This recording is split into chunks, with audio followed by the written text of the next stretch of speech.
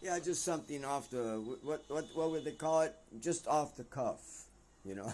Just talking about something that's going around in the mind. You know, we just got through the longest day on the 21st. Okay, I had figured it myself to be the sunset was at 290 degrees, 290 degrees, where zero is north. Okay, zero is north. Then east is 90, and south is 180, and west is 270. So 290 is west, but more. It's more than just west. You know, it's 20 degrees more west. So when I looked it up officially, it was at 298 or 7. So what's the importance of this? Well, the sun sits on a disk. Okay? That's how it's making its motion. It's making motions like it's sitting on a disk, a little pathway. And that pathway always is maintained parallel to the equator. It's always maintained parallel to the equator. So,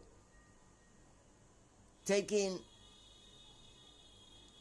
the sunset degree to be 297 as the official reading had, then one can figure out sunrise. And that would be east is 90 minus 27. Because on the west side, it's 270 plus 27 gives you 297. And now, on the east side, it should be parallel. So it became 63 degrees. So 63 degrees coming out, and also 297 going in. That is so such a feeling. That's 27 degrees that the sun is moved towards us. Now it's going south. It'll start falling down. It's going south once more. So the sunrise, the sunset is just like this. It's like a human thing. It's changing. On the equator, it would be monotonous. Every day, the same day it rises, same day it sets. 6 o'clock rise, 6 o'clock evening set. That's it. Nothing else. But no, here there's color. There's color. There's temperature change. There's sunrise and sunset change. There's so much color in this area. Too much more to the north, then it's not good for human existence. Even Sugriv, who was with Sri Ramachandra, Sugriv said never go past the 40th north. We're at 27, but don't go past the 40th north because it's not habitable. So not even humans should be living up there. Well, here we are. Now, what other thing that we can find that in this, rising and setting of the sun and everything, and then the angles of the rising and the setting of the sun? Well, the Brahma Muhurat hour is the most pleasant time. It's the most pleasant time. So when would the Brahma Muhurat hour fall in? And that would be a time called the astronomical time. It's called the astronomical time because those who look at the planets with their telescope and everything, they find it the best time to see the planets, the astronomical time. So the astronomical time is running right now at 3:54. You could say 4 o'clock. Let's just put 4 o'clock to make it simple. So it's running about 4 o'clock. And then you give it a Muhurta time. The Muhurta time is about 43. So it's, almost, just a little bit less than 5 o'clock. That's the Brahma Muhurta hour. That is centuries. Everybody has called that time the astronomical time for looking at the planets and the stars. Why? This is important. The sun rays, the sun at this time is about 12 to 16 degrees below the horizon. Okay? But don't think it doesn't have an effect. The sun rays are going into the sky. And the sun rays are, if it's any more than 12 degrees below the horizon, if it becomes less than that, then the sunrise will disturb the vision of the smaller planets, the smaller stars, and everything. So this is the perfect time. This is like those who love to look at the stars and love to think of the stars and everything. This is their best time. This is the astronomical time. And this is the Muhurta time. Some people are thinking it goes all the way to the sunrise. No, that's another Muhurta, but it's just as good. But not as good as this astronomical time. It just gives you a feeling of what our sun rays are doing. Even though it's below what we can see, whether this place is round or whether it's just because the horizon, the sky and the horizon always come together. So perhaps it is flat and it's just the horizon, the star, the plane are coming together and blocking it out. So this is the most. There's, of course, other times there's like sea time. This is sea twilight. But the sea is flat, completely flat. So the sea time, the time is that it's 0 to about 6 degrees below. That's twilight time for sea time. And then there's also civil time or land time. And that's 6 degrees below horizon up to 12. So that's like for us, because we're in mountains, we can see that sun and everything. And it'll disturb the seeing of the stars. So for everyone, all the three, the astronomical twilight time is the best. And for devotees, it is the best. The sun, you could say, disturbs. The sun wants movement. The sun wants you to be active. The sun, it's disturbing. If you want calmness, if you want a beautiful time, then that's the time of astronomical time. You can look it up in your sunrise, sunset of your particular place, and you can see how it coincides with the Brahma Muhurta hour. In other words, it's not something made up.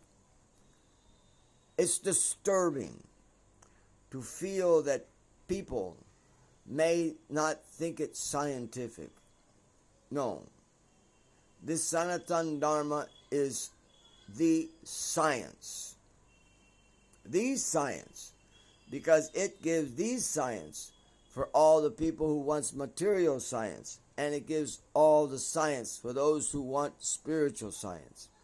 This is the science, Sanatana Dharma. And it is very calculative. It is expert. And it has been chanted. And even before it's been written down, my mind's always boggled. There was no importance for writing the scriptures down until Dwapara Yuga. Understand, Satya Yuga, there was no need for everything to be written down. There was no need for a written language. Treta Yuga, part of that also, there was no need. Valmiki's Ramayana is being written, but everybody else is just going by memory. Their minds are doing everything. They don't need a written language. They don't need a spoken language. The communication is still there. But in our culture, civilization only began after there was a written language. But no, the person becomes incarcerated. The person's mind becomes weak. It doesn't want to memorize. Everything's written down. Everything's dependent. And the more that we depend, the less the power of the mind is. So the power of the mind in Satya Yuga was super. The power of the mind in Treta less, Dwapara less, and now in Kali Yuga, so much less. Oh, when you see something like this astronomical twilight time, it like enlivens you. This is my way of following. This is something that I'm following, something that is bringing, it's telling me to wake up at the best time. It's the loving time. And if I was to calculate it in the Ras Lila, it's the most intimate time in the Nikunja Lila. They're no longer dancing around. They've gone to their kunjas, and they have particular kunjas. All the gopis have particular kunjas, and Krishna has expanded himself. Of course, Krishna does one time during the Ras Lila. It doesn't have to happen every time. Jiva Goswami points that out. Even in the Kaliya, the snake, the Kaliya Lila, he says that sometimes Krishna, when he defeats Kaliya, he gets on Kaliya's back and rides Kaliya to Mathura. Yeah. He takes that snake and he makes it take him all the way to Mathura, like riding on a horse. Of course, not on the land. They go by the Yamuna River. But this is Krishna's pastime in other cycles. This time he took and kicked Kaliya out, and she's over at the Fiji Islands. So he is over at the Fiji Islands. So I just wanted to bring that up because it's enlivening. It's enlivening to know how. And again, this area, if the Ras Lila and everything was happening on the equator, it wouldn't be the same, folks. It would not be the same. Radharani can't even wait until she has to put on her big, beautiful winter clothes and everything. And then, of course, you have to be with somebody so you can feel warmth. So it just makes being with somebody even more important. There's a joke in the Bible, too. 2 bodies are warmer than one.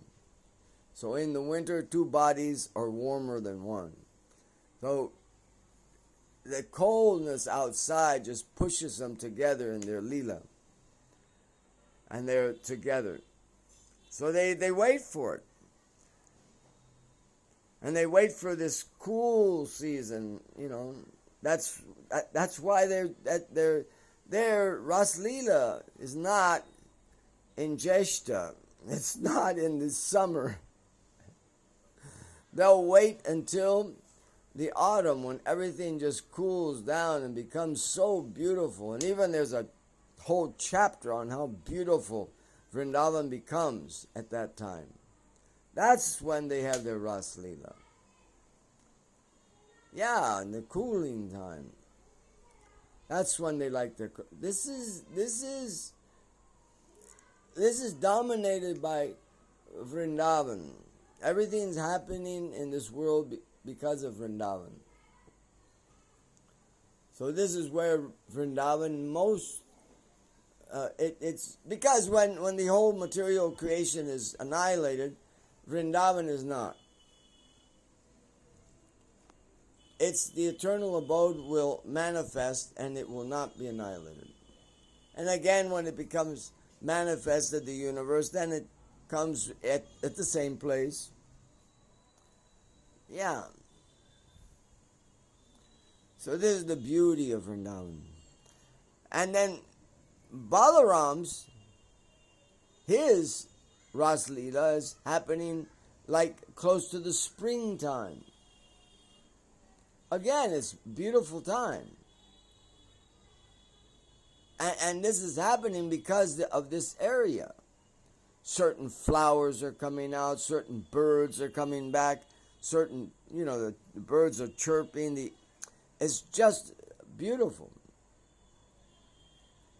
So one should see that here is the place for Vrindavan. This is the place for Vrindavan. And you come to understand that this place has been built up enormously. I know there was some history that in this area there were Buddhist temples, golden Buddhist temples. And I even met a man on the train. I didn't get his address and phone number, but he was one that inspects old books in Delhi. And he goes through the old books and he found a story about when Buddha, not the original, but one of the descendants of Buddha, came to Mathura. There was a time in this area, if it can be imagined, where there's cannibals, man-eating cannibals, just living outside the boundaries of Mathura. And they were pressuring the people of Mathura to give them a child every month. So of course the people of Mathura were in desperate need for some help. So this representative of Buddha came. And when he came, this is being told to me by somebody who read it out of a very ancient book, and he just is going to get back home and type it out and give it to the government. So, and he says those books are very difficult to handle because they're falling apart. So it's really a task to read those books. So here he is telling me this, and then he says, yeah, the cannibal, but when Buddha came, he surprised everybody. Because he walked past all the Mathuravasis. And they were all surprised, who is this person? Why has he come? They could tell that he, was a great personality. But why is he? And he's just walking right into the camp of the cannibals. Well, he went into the camp of the cannibals, and of course, he converted the chief cannibal and to be at least a vegetarian. And then one of his followers was with him, and he was going around Govardhan Hill, which made me feel good to know that. He was doing prikram around Govardhan Hill, and he pointed to a place, and he says, a disciple of mine will come here, and that Buddha will turn this whole area into Buddhism. So it is. In history, this area had golden Buddha temples that have disappeared. Totally disappeared. With no notice or anything. Well, this land can swallow up. This land is swallowing up Govardhan Hill that was very high. The shadow of Govardhan Hill would be on Mathura at one point. Now you can't even see Govardhan Hill from Mathura. So it has gone down very much. So there has been many incredible civilizations brought here. And many men have come and made great, big apartment buildings and temples and this and that and the other. And then they go under. Very simple. There's usually in many places there's a limestone terrace where, things can go into the ground but not so far down because of the limestone. But here, even the terrace that is, I think it's 150 feet under, the ground level, that is not a very solid one. So even that could break, and the building could go even lower than that. That's quite something. So all this will disappear. When Krishna desires, everything will go in. And it'll be a surprise of many people. Rupa Goswami, he found Radha Govindaji. But it's not spoken, the details. The details are that they had to dig more than 4 stories down. Yeah, more than 4 stories down to find Radha Govinda. Now that is incredible. And that takes a lot of faith.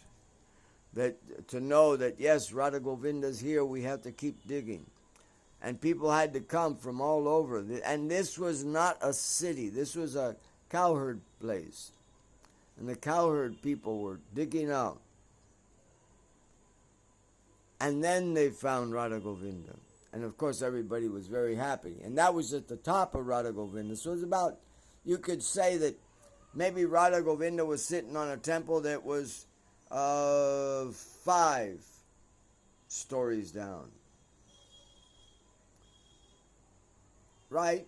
And then all the dirt and everything came, or it sunk into the ground 5 stories down. So just look around Vrindavan and think about it. This place can disappear at any moment. It can go down. Totally go down. And the people will be unaware that what was here. Remember, Radha Govinda was, the grandson of Krishna had Radha Govindaji. When I say Radha Govindaji, it's only the one deity. Later, Rupa Goswami separated them. The 2 deities. He gave Radharani to Govindaji. And also, to maybe people's surprise, there was also a Balaram that they found. So, Rupa Goswami, he never saw the completion of his temple and everything. He left in 15 1550 he left. And in 1570 his temple was opened, right? Raghunath Bhatta Goswami. But he never saw the opening and how majestic it was. It was a pretty majestic temple. Okay, we'll leave it at that. Remember, Brahma Muhurta is that special time that even all the people who want to be the stargazers love it. So at least we should get up at that time. And the sun is at its least botheration. Now it has come and woken you up at the Muhurta called Surya Muhurta, which is just before Brahma Muhurta. It has woken you up. So there are some sun rays there, but they're nice, calm sun rays. And they're not direct sun rays. Oh, we'll leave it at that. Took a good time, huh? Yeah. 26 minutes here. Yeah. Okay. Oh, they're having a little offering. I'll eat their offering in just a moment. Remember, this is just after the solstice. Just after the sun. Now the sun is, it's sad. The sun is going south. Yeah, the sun is going south. It's leaving us. Yeah. Oh, my Lord. Okay, Hare Krishna. Hare Krishna. Yeah, the year is 2025 and it's June. And I'm a little tired and everything.